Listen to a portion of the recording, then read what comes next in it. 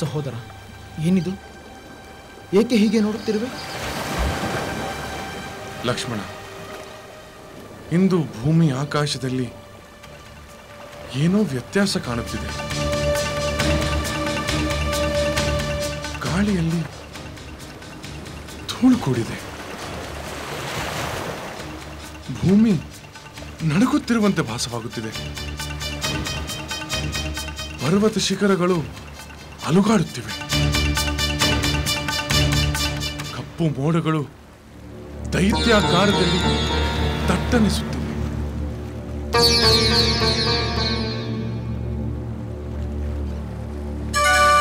ಹೌದು ಸಹೋದರ, ಈ ವಾತಾವರಣದಲ್ಲಿ ಏನೋ ನಿಗೂಢತೆ ಕಾಣಿಸುತ್ತಿದೆ. ಈ ಸಂಧ್ಯಾ ಕಾಲದಲ್ಲಿ ಸುಂದರವಾಗಿ ಕಾಣಬೇಕಾದ ಕೆಂಬಣ್ಣ ರಕ್ತ ಚಂದನದಂತೆ ಭಯಾನಕವಾಗಿ ಕಾಣುತ್ತಿದೆ. ಹೊರಚೊಲಿಸುತ್ತಿರುವ ಸೂರ್ಯನಿಂದ ಕೆಂಡದುಂಡೆಗಳು ಉದುರುತ್ತಿರುವಂತೆ ಭ್ರಮೆಯಾಗುತ್ತಿದೆ ಲಕ್ಷ್ಮಣ. ಒಟ್ಟಿನಲ್ಲಿ ಎಲ್ಲೆಡೆಯೂ ಅಶಾಂತಿ ಅಲ್ಲೋಲ ಕಲ್ಲೋಲವೇ ಕಾಣುತ್ತಿರುವಂತಿದೆ. ಹೌದು ಸಹೋದರ, ಇದು ಯಾವ ಅಶುಭದ ಮುನ್ಸೂಚನೆ? ಲೋಕಕ್ಷಯದ ಸಂಕೇತವೇ? ಹೌದು ಸೋದರ, ಇದೆಲ್ಲವೂ ಯಾವುದೋ ಒಂದು ಮಹಾನಾಶದ ಲಕ್ಷಣಗಳಂತೆ ಭಾಸವಾಗುತ್ತಿವೆ. ಮಹಾನಾಶವೆಂದರೆ? ಸಹಜವಾಗಿರಬೇಕಾದ ಪ್ರಕೃತಿ ವಿಪರೀತ ರೀತಿಯಲ್ಲಿ ವಿಚಿತ್ರವಾಗಿ ವರ್ತಿಸುತ್ತಿರುವಾಗ ಇದು ಪ್ರಳಯ ಕಾಲದ ಪ್ರಾರಂಭದ ಸೂಚನೆ ಇರಬೇಕೆಂದೆನಿಸುತ್ತಿದೆ. ಅಷ್ಟು ಖಚಿತವಾಗಿ ಹೇಗೆ ಹೇಳಬಹುದು ಸಹೋದರ? ಹೌದು ಲಕ್ಷ್ಮಣ, ಕಾಗೆಗಳು, ಗಿಡುಗಗಳು, ನಿಶಾಚರ ಪಕ್ಷಿಗಳೊಂದಿಗೆ ಎಲ್ಲ ಕಡೆ ಹಾರಾಡುತ್ತಿವೆ. ಹೌದು ಸಹೋದರ, ಹಗಲಿನಲ್ಲಿ ಹಾರಾಡಬೇಕಾದ ಪಕ್ಷಿಗಳು ರಾತ್ರಿಯಲ್ಲಿ ಹಾರಾಡಬೇಕಾದ ಪಕ್ಷಿಗಳ ಜೊತೆ ಸೇರಿ ಹಾರಾಡುತ್ತಿರುವುದನ್ನು ನೋಡಿದರೆ ನಿನ್ನ ಮಾತು ಸತ್ಯವೆನಿಸುತ್ತಿದೆ.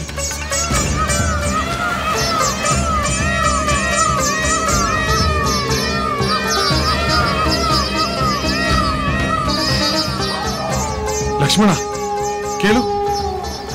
ನರಿಗಳು ಬಹಳ ಕರುಣಾಜನಕವಾಗಿ ಭಯಾನಕವಾಗಿ ಓಡಿಡುತ್ತಿರುವುದು ನಿನಗೆ ಕೇಳುತ್ತಿಲ್ಲವೇ? ಇದು ಅಮಂಗಳವಲ್ಲದೆ ಶುಭವಲ್ಲ ಲಕ್ಷ್ಮಣ. ಅಂದರೆ ಅಮಂಗಳ ಕಾರ್ಯ ನಡೆಯುತ್ತದೆ. ಅದರರ್ಥ ಯುದ್ಧ ಅನಿವಾರ್ಯವೆಂದಲ್ಲವೇ ನಿನ್ನ ಅಭಿಪ್ರಾಯ? ಹೌದು ಲಕ್ಷ್ಮಣ, ಈ ಯುದ್ಧ ಅನಿವಾರ್ಯ. ನಾವು ಬೇಡವೆಂದರೂ ಇದು ನಡೆಯುತ್ತದೆ. ಆ ರಾವಣನ ದುಷ್ಟಕೃತ್ಯ ನಡೆದ ಕ್ಷಣವೇ ಈ ಯುದ್ಧ ನಿರ್ಧಾರವಾಗಿದೆ. ರಾವಣ ಪರಸ್ತ್ರೀಯ ಮೇಲೆ ತನ್ನ ದುಷ್ಟ ದೃಷ್ಟಿಯನ್ನು ಬೀರಿದ ಕ್ಷಣದಲ್ಲೇ ಅವನ ಮತ್ತು ಅವನ ಈ ಲಂಕೆಯ ವಿನಾಶ ನಿರ್ಧಾರವಾಯಿತು. ಹೌದು ಲಕ್ಷ್ಮಣ, ಅಲ್ಲಿ ಕಟಾರಿ, ಬಿಲ್ಲು ಬಾಣಗಳ ಭಯಂಕರ ಸದ್ದುಗಳಿಂದ ಈ ಪ್ರದೇಶ ತುಂಬಿ ಹೋಗುತ್ತದೆ. ಸಾಯುವವರ ನೋಯುವವರ ಆಕ್ರಂದನ ಗಾಳಿಯನ್ನು ತುಂಬುತ್ತದೆ. ಈ ನೆಲ ನೆತ್ತರಿನಿಂದ ಕೆಸರಾಗುತ್ತದೆ ಲಕ್ಷ್ಮಣ. ಆಗಲಿ, ಅದು ಏನು ಬೇಕಾದರೂ ಆಗಲಿ. ಅತ್ತಿಗೆಯನ್ನು ಅಪಹರಿಸಿದ ಆ ನೀಚರ ಸಂಹಾರವಾಗಬೇಕು. ಆಗುತ್ತದೆ ಲಕ್ಷ್ಮಣ, ಖಂಡಿತ ಆಗುತ್ತದೆ. ಆ ರಾವಣನ ಸಂಹಾರವೇ ಈ ಮಹಾಪ್ರಳಯದ ಅಂತಿಮ ಘಟ್ಟ. ನನ್ನ ಸೀತೆಗೆ ಮುಕ್ತಿ, ಅವಳು ಪಟ್ಟ ಸಂಕಟಗಳಿಗೆ ಮುಕ್ತಿ. ಸೀತೆ, ಇನ್ನು ಸ್ವಲ್ಪ ದಿನ ಸಹಿಸಿಕೊ. ನಾನು ಲಂಕೆಗೆ ಬಂದು ಬಿಟ್ಟೆ. ನೀನು ಪಟ್ಟ ನೋವಿಗೆ ನಾನು ಪ್ರತೀಕಾರ ತೀರಿಸಿ ನಿನ್ನನ್ನು ಬೇಗನೆ ಬಿಡುಗಡೆಗೊಳಿಸುತ್ತೇನೆ. ಕೆಲವು ದಿನ ಸೀತೆ, ಇನ್ನು ಕೆಲವು ದಿನ ಆ ರಾವಣನ ಅಂತ್ಯವಾಗುತ್ತದೆ. ಇಲ್ಲ, ನನ್ನ ಅಂತ್ಯವಾಗುವುದಿಲ್ಲ. ನನ್ನನ್ನು ಅಂತ್ಯಗೊಳಿಸಲು ಯಾರಿಂದಲೂ ಸಾಧ್ಯವಿಲ್ಲ. ಬ್ರಹ್ಮನಿಂದ ವರ ಪಡೆದು ಅಜೇಯನೆನಿಸಿಕೊಂಡಿದ್ದೇನೆ. ನನ್ನ ಸೋದರ ಕುಂಭಕರ್ಣನೊಬ್ಬನೇ ಸಾಕು ಆ ವಾನರ ಕ್ರಿಮಿಗಳನ್ನು ನಿಶ್ಶೇಷಗೊಳಿಸಲು. ಮಹಾಪ್ರಭು ಪ್ರಣಾಮಗಳು.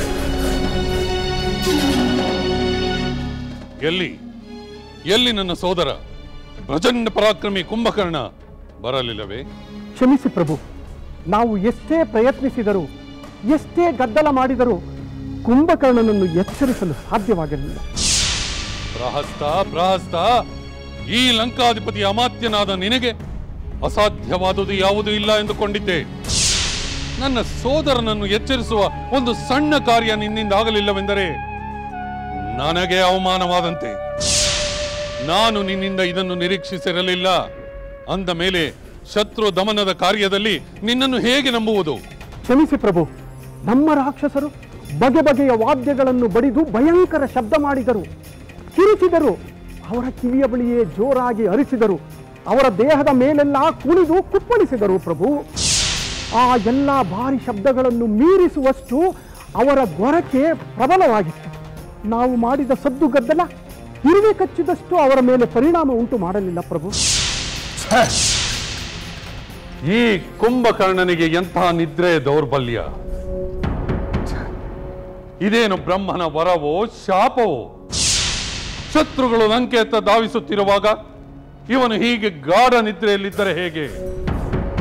ಶತ್ರುಗಳನ್ನು ತಡೆದು ಹೊಡೆದೋಡಿಸಬಲ್ಲ ಶಕ್ತಿ ಇರುವುದು ಅವನೊಬ್ಬನಿಗೆ ಮಾತ್ರ. ಈಗ ಅವನ ಅಗತ್ಯ ಲಂಕೆಗಿದೆ. ಪ್ರಹಸ್ತ, ಹೇಗಾದರೂ ತೀವ್ರವಾಗಿ ಪ್ರಯತ್ನಿಸಿ ಅವನನ್ನು ಎಚ್ಚರಿಸಲೇಬೇಕು. ಪ್ರಭು, ತಪ್ಪು ತಿಳಿಯಬೇಡಿ. ಈಗ ಕುಂಭಕರ್ಣನನ್ನು ಎಚ್ಚರಿಸುತ್ತಾ ಕಾಲಹರಣ ಮಾಡುವುದಕ್ಕಿಂತ ಶತ್ರುಗಳು ಲಂಕೆಯನ್ನು ಪ್ರವೇಶಿಸುವುದನ್ನು ತಡೆಯುವುದು ಬಹಳ ಮುಖ್ಯವಾಗಿದೆ. ಆ ಮುಖ್ಯ ಕಾರ್ಯವನ್ನು ಮಾಡಲು ಕುಂಭಕರ್ಣನಿಗೆ ಮಾತ್ರ ಸಾಧ್ಯ. ಅದಕ್ಕೆ ಹೇಳುತ್ತಿರುವುದು ಅವನನ್ನು ಎಚ್ಚರಿಸಿ ಎಂದು. ಪ್ರಭು, ಶತ್ರುಗಳು ಸಮುದ್ರವನ್ನು ದಾಟಿ ಲಂಕೆಯ ನೆಲದ ಮೇಲೆ ಕಾಲಿಟ್ಟಾಯಿತು ಪ್ರಭು. ಪ್ರಹಸ್ತ, ಏನು ಹೇಳುತ್ತಿರುವೆ? ಕಣ್ಣಾರೆ ಕಂಡ ಸತ್ಯವನ್ನು ಹೇಳುತ್ತಿದ್ದೇನೆ ಪ್ರಭು. ವಾನರ ಸೈನ್ಯ ಸಾಗರಕ್ಕೆ ಸೇತುವೆ ಕಟ್ಟಿಯೇ ಬಿಟ್ಟಿತು. ವಾನರ ಸೈನ್ಯದೊಡನೆ ರಾಮ ಲಕ್ಷ್ಮಣರು ಲಂಕೆಯ ಮಹಾದ್ವಾರಕ್ಕೆ ಬಂದೇ ಬಿಟ್ಟರು. ಏನು ಬಂದೇ ಬಿಟ್ಟರೆ? ಅವರೊಡನೆ ಸುಗ್ರೀವ, ಅಂಗದ ಮೊದಲಾದ ವಾನರ ವೀರರು ಬಂದಿದ್ದಾರೆ ಪ್ರಭು. ಏನು? ನಾನು ಅಸಂಭವ ಎಂದುಕೊಂಡಿದ್ದು ಸಂಭವಿಸಿಯೇ ಬಿಟ್ಟಿದೆ. ವಾನರರ ಹುಚ್ಚು ಪ್ರಯತ್ನ ಲಂಕೆಯವರೆಗೂ ಸೇತುವೆ ಕಟ್ಟುವುದರಲ್ಲಿ ಸಫಲವಾಗುತ್ತದೆಂದು ನಾನು ಭಾವಿಸಿರಲಿಲ್ಲ. ನಂಬಲಾಗದ್ದನ್ನು ನಂಬಲೇಬೇಕಾಗಿದೆ ಪ್ರಭು.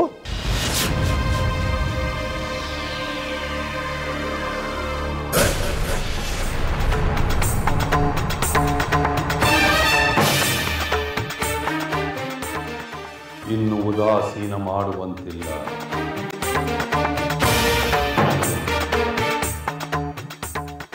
ಯೋಚಿಸಲೇಬೇಕು.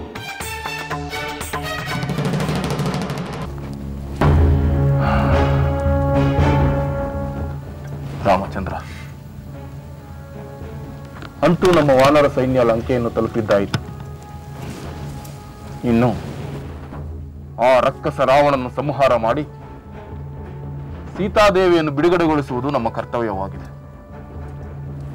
ನಿನ್ನ ಮಾರ್ಗದರ್ಶನದಂತೆ ಮುನ್ನಡೆಯಲು ನಮ್ಮ ಸಕಲ ವಾನರ ಸೈನ್ಯ ಸದ್ದಾಗಿದೆ.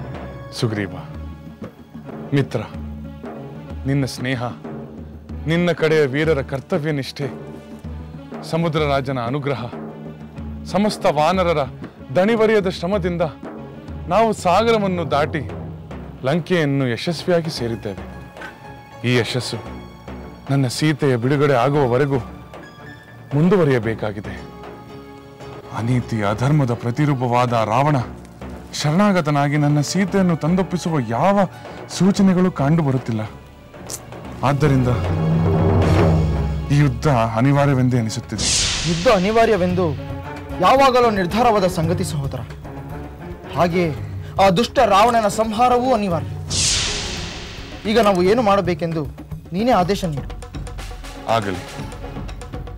ನಾವು ನಮ್ಮ ಅಪಾರ ಸೈನ್ಯವನ್ನು 4-6 ವಿಭಾಗಗಳನ್ನಾಗಿ ಮಾಡಿ ವ್ಯೂಹ ರಚನೆ ಮಾಡಬೇಕು. ನಾವು ಒಂದೊಂದು ವಿಭಾಗಗಳ ಮುಂಚೂಣಿಯಲ್ಲಿ ನಿಲ್ಲಬೇಕು. ಶೀತಲ ಜಲ, ಕಂದಮೂಲ, ಫಲಗಳಿರುವ ಅರಣ್ಯದಲ್ಲಿ ನಮ್ಮ ಬಿಡಾರಗಳನ್ನು ಸ್ಥಾಪಿಸಬೇಕು. ಈ ಯುದ್ಧ ಸಾಕಷ್ಟು ವಿನಾಶದಲ್ಲೇ ಅಂತ್ಯವಾಗುವ ಸೂಚನೆಗಳು ಕಂಡುಬರುತ್ತಿವೆ. ಮಹಾಪ್ರಭು, ನೀವು ಅನುಮತಿ ನೀಡಿದರೆ ನಾವು ಈ ಕ್ಷಣವೇ ನುಗ್ಗಿ ಹೋಗಿ ಲಂಕೆಯ ಮಹಾದ್ವಾರಗಳನ್ನು ಧ್ವಂಸಗೊಳಿಸುತ್ತೇವೆ. ಆ ದುಷ್ಟ ರಾವಣ ಯಾವ ಅರಮನೆಯಲ್ಲಿ ಅಡಗಿರಲಿ, ಅವನನ್ನು ಈ ನನ್ನ ಬಾಲದಿಂದ ಸುತ್ತಿ ಬಿಗಿದೆತ್ತುಕೊಂಡು ಬಂದು ನಿನ್ನ ಪಾದದಡಿ ಹಾಕುತ್ತೇನೆ. ಭಲೆ ಅಂಗದ, ನಿನ್ನ ಆತ್ಮವಿಶ್ವಾಸವನ್ನು ನಾನು ಮೆಚ್ಚುತ್ತೇನೆ. ಆದರೆ ಅವಸರ ಪಡುವುದು ಬೇಡ. ಆಲೋಚಿಸಿ ಕಾರ್ಯತತ್ಪರರಾಗೋಣ. ಚಿಂತಿಸಬೇಡ. ನಿನಗೂ ನಿನ್ನ ಪರಾಕ್ರಮ ಪ್ರದರ್ಶನಕ್ಕೆ ಅವಕಾಶಗಳು ಒದಗಿ ಬರುತ್ತವೆ.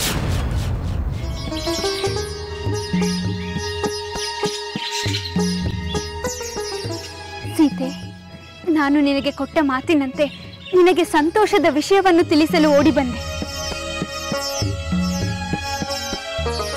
ಸಂತೋಷದ ವಿಷಯವೇ? ಅಂದರೆ ನನ್ನ ಸ್ವಾಮಿ ಲಂಕೆಗೆ ಬಂದಾಯಿತೆ? ಹೌದು ಸೀತೆ, ಹೌದು. ನಿನ್ನ ಸ್ವಾಮಿ ಅಪಾರವಾದ ವಾನರ ಸೇನೆಯೊಂದಿಗೆ ಲಂಕೆಯ ತೀರವನ್ನು ಸೇರಿದ್ದಾಯಿತು. ಇದೀಗ ತಾನೇ ನನಗೆ ಆ ವಿಷಯ ತಿಳಿಯಿತು.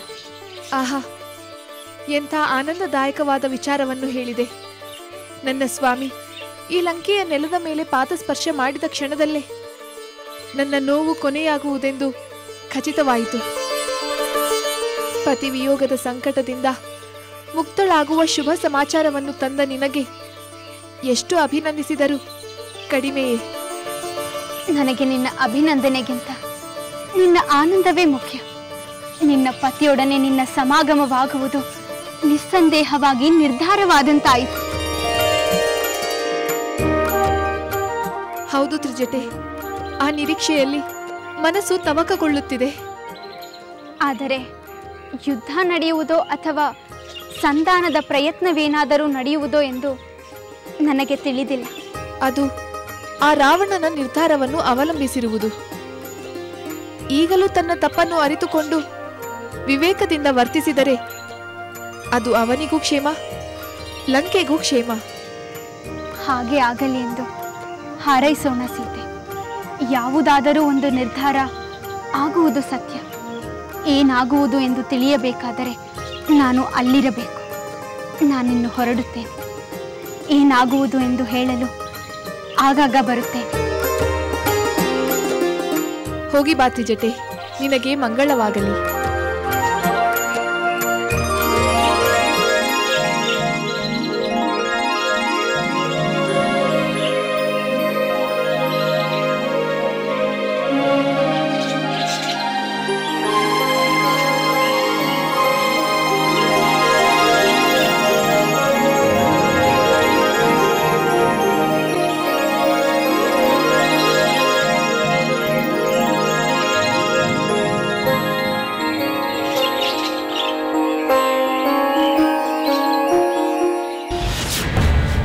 ಭಲೆ ಅಂಗದ, ನಿನ್ನ ಆತ್ಮವಿಶ್ವಾಸವನ್ನು ನಾನು ಮೆಚ್ಚುತ್ತೇನೆ.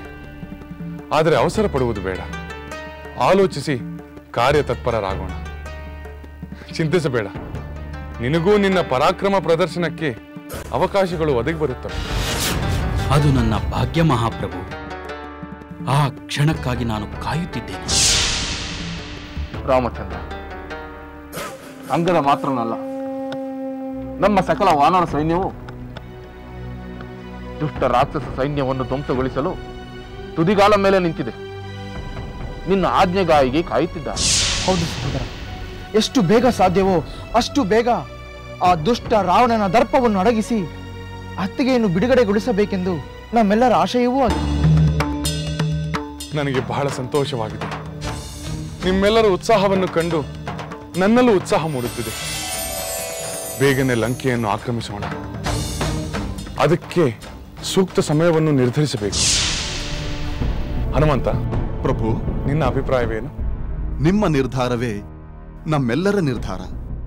ನಿಮ್ಮ ಆಜ್ಞೆಯನ್ನು ಪಾಲಿಸುವುದು ನಮ್ಮ ಕರ್ತವ್ಯ.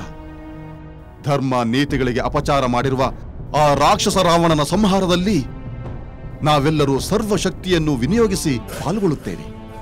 ಹನುಮಂತನ ಮಾತು ಸರಿಯಾಗಿಯೇ ಇದೆ ರಾಮಚಂದ್ರ. ದುಷ್ಟ ಸಂಹಾರ, ಸೀತಾಮಾತೆಯ ರಕ್ಷಣೆ, ಈ ಕರ್ತವ್ಯ ಪಾಲನೆಗೆ ಶೀಘ್ರವಾಗಿ ಕಾರ್ಯತತ್ಪರರಾಗಲು ನಾವೆಲ್ಲರೂ ಉತ್ಸುಕರಾಗಿದ್ದೇವೆ. ವಿಭೀಷಣ, ನಿನ್ನ ಅಭಿಪ್ರಾಯವೇನು?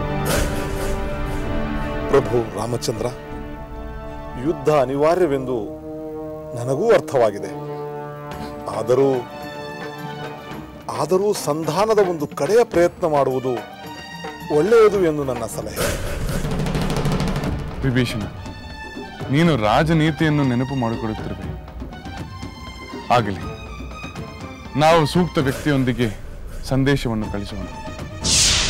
ಮನ್ನಿಸಬೇಕು ಪ್ರಭು. ಶುಕಾಸರ ಲಂಕೆಗೆ ಬಂದರೂ ತನ್ನನ್ನು ಬಿಡುಗಡೆಗೊಳಿಸಲಿಲ್ಲವೆಂದು ಅನ್ನಹಾರಗಳನ್ನು ತ್ಯಜಿಸಿದ್ದಾನೆ. ನಾನು ಅವನನ್ನು ಮರೆತಿದ್ದೆ. ಅವನನ್ನು ಕೂಡಲೇ ಬಿಡುಗಡೆಗೊಳಿಸಿ ಸುರಕ್ಷಿತವಾಗಿ ಅವನು ಲಂಕೆಗೆ ಹಿಂದಿರುಗಲಿ. ತಮ್ಮ ಅಪ್ಪಣೆಯಂತೆ ಆಗಲಿ ಪ್ರಭು.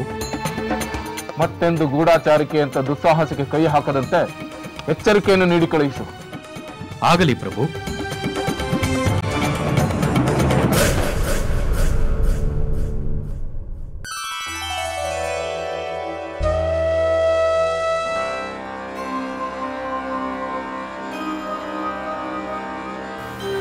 ಪರಿಮಳವೋ ತೊರೆದ ಪುಷ್ಪದ ಹಾಗೆ ಹಸಿರಿಲೆಯೋ ಇರದ ವೃಕ್ಷದ ಹಾಗೆ ಪರಿಮಳವೋ ತೊರೆದ ಪುಷ್ಪದ ಹಾಗೆ ಹಸಿರಿಲೆಯೋ ಇರದ ವೃಕ್ಷದ ಹಾಗೆ ನೀವಿರದೆ ನಾನು, ನೀವಿರದ ನೀನು, ನಿಮಗಾಗಿ ನಾನು ಬದುಕಿರುವೆನು ಇನ್ನೂ. ನೀವಿರದೆ ನಾನು, ನೀರಿರದ ನೀನು, ನಿಮಗಾಗಿಯೇ ನಾನು ಬದುಕಿರುವೆನು ಇನ್ನೂ.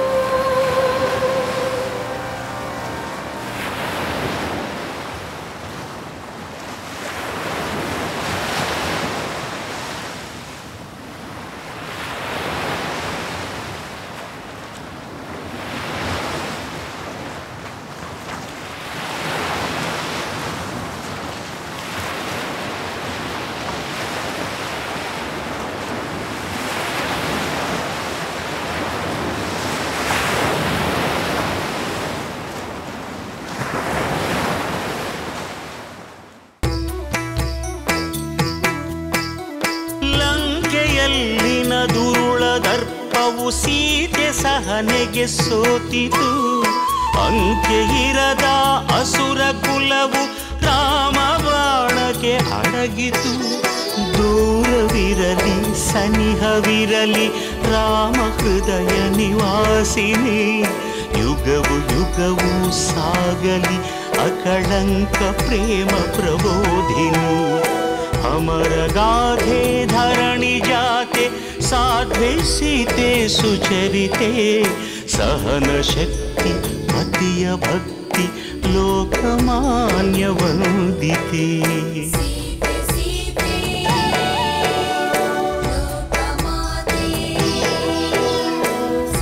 ರಾಮ ಹೃದಯ ನಿವಾಸಿನಿ ಅಕಳಂಕ ಪ್ರೇಮ ಪ್ರಬೋಧಿನಿ. ಸೀತೆ ಮಾತೆ